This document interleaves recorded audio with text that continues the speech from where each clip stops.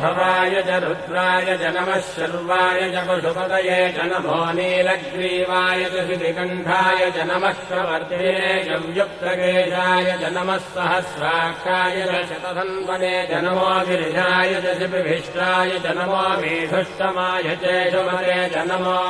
ह्रस्वाय च वामनाय च नमो बृहते च वर्षीयते च नमो वृद्धाय च संवृद्धने च नमो अग्र्याय च प्रथमाय च नमः आशवे च जिराय च नमः शीघ्रियाय च शीघ्राय च नमः ऊन्याय च वस्त्रन्याय च नमः स्रोतस्याय च द्वीत्याय च नमो